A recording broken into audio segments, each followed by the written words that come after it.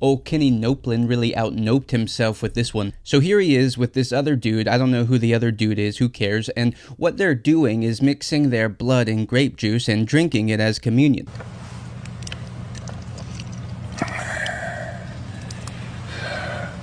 Jesus said, "Take this cup. This is my blood." Except they don't actually do that. It's very clear that they don't really cut their hands. They're pretending for some dumb reason they've come up with to put on this show. Which is his and which is mine. Now, at the communion table, Yes, sir.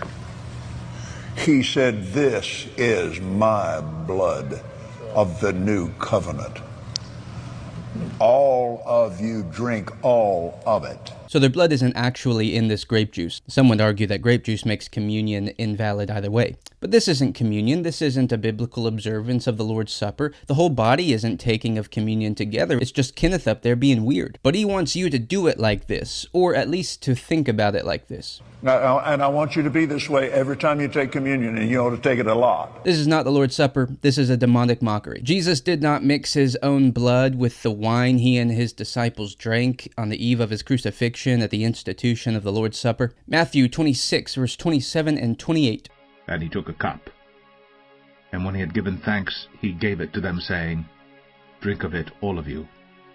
For this is my blood of the covenant, which is poured out for many for the forgiveness of sins." Does Kenneth Copeland believe that the grape juice becomes the actual blood of Jesus? Does he think that we should drink it as though our own blood were mixed in it? Does he think that some supernatural power is obtained through taking the Lord's Supper like this? I don't know what this crazy man believes, but we do know that Jesus meant the cup to represent his blood only, since only his blood could accomplish atonement for his church and secure forgiveness of sins. The 1689 Second London Baptist Confession of Faith provides a clear understanding of the nature and purposes of the Lord's Supper, that it is to be observed in his churches unto the end of the world, for the perpetual remembrance and showing to all the world the sacrifice of himself in his death, confirmation of the faith of believers in all the benefits thereof, their spiritual nourishment and growth in him, their further engagement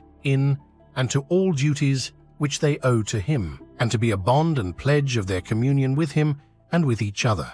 The Lord's Supper is a beautiful means of grace to God's church, and Kenneth Copeland has no shame nor fear.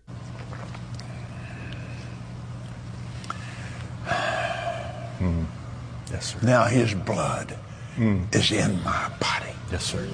It's in there. His blood is mixed with my blood. Can you see it? Nope. I feel like I'm losing my mind. Is everybody in the world blind?